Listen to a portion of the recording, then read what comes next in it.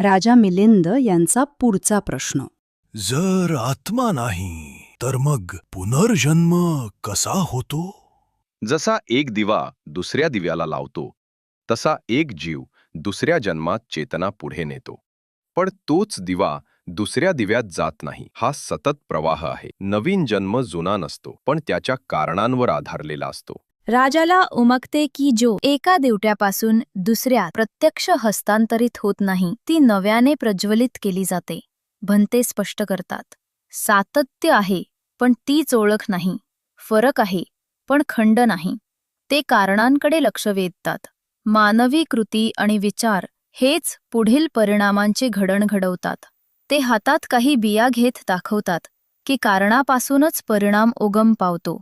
तो निष्कर्ष काढतात. आजची विवेकी कृतीच उद्याच्या फळाची बीज रोवते. सभागृहातील दिवे शांतपणे तेवत राहतात. वातावरणात एक मंद, स्थिर शांतता भरून राहते. राजा निघतो, डोळ्यांत नवी जाणीव, नवे आकलन घेऊन. भंते मात्र तिथेच राहतात, सावध, शांत आणि शिकवण अंतःकरणात खोलवर मुरू देत.